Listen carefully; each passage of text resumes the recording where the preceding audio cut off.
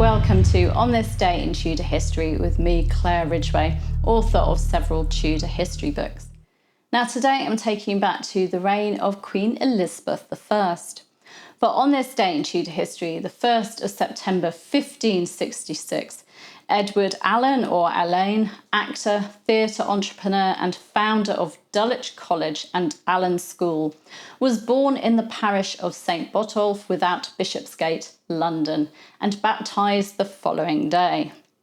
Alleyn was a major figure in the Elizabethan theatre, being a member of the Earl of Worcester's players, Lord Strange's men, and then leading the Admiral's men.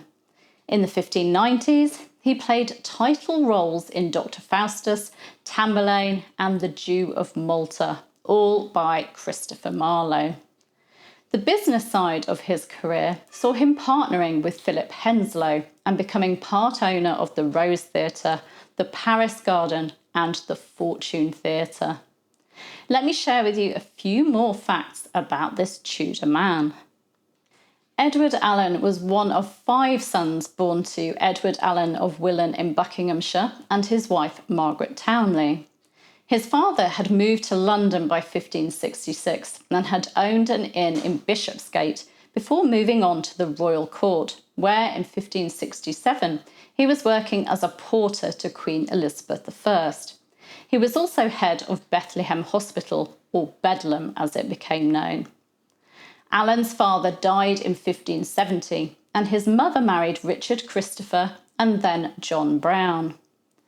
Alleyn was performing with the Earl of Worcester's men by 1583 when he was 17, following in his brother John's footsteps.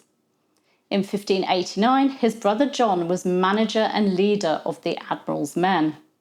And by the early 1590s, Edward Alleyn was member of Lord Strange's men and was performing at Philip Henslowe's Rose Theatre. He married Joan Woodward, Henslowe's stepdaughter, in October 1592. The marriage was successful and loving, with Alleyn referring to her as his mouse.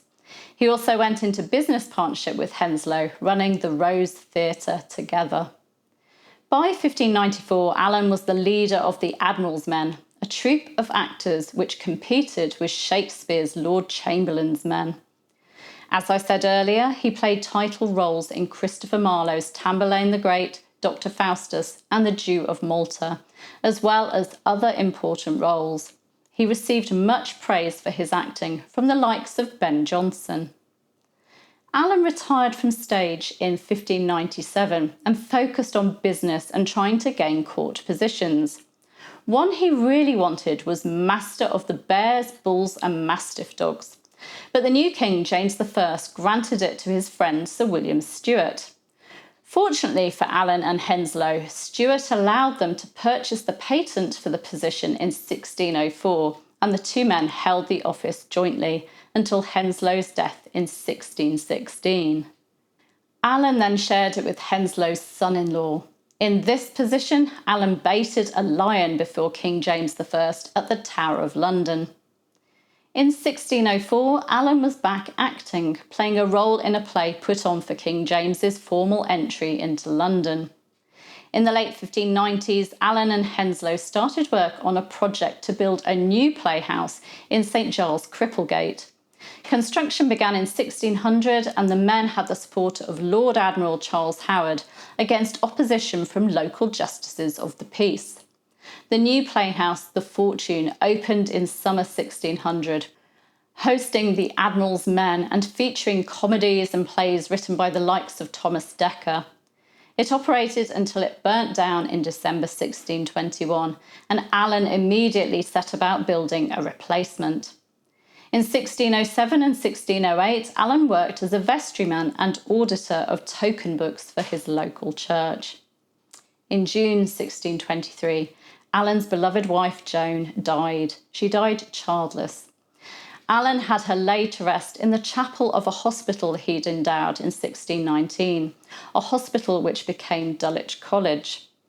Alleyn remarried in December 1623, taking John Donne's daughter Constance as his second wife. That marriage was also childless. Alleyn became ill in 1626 and he made his will on the 13th of November. He died on the 25th of November 1626, aged 60, and was buried on the 27th of November in Dulwich College's chapel. In his will, he left instructions and provision for the building of 10 almshouses. How wonderful to have that sort of legacy, to leave that behind you.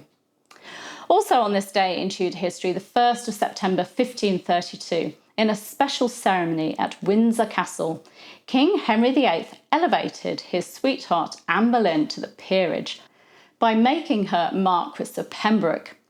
This was a hugely significant act because Henry VIII made Anne a Marquess in her own right.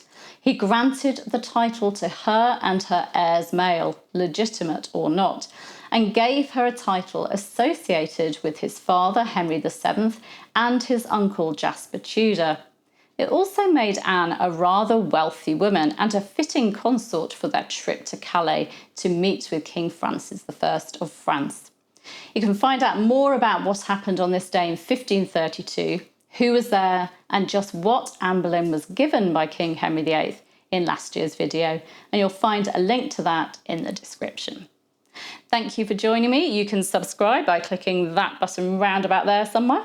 You can hit the bell to be notified as these videos go live, and you can leave a comment and give me a like.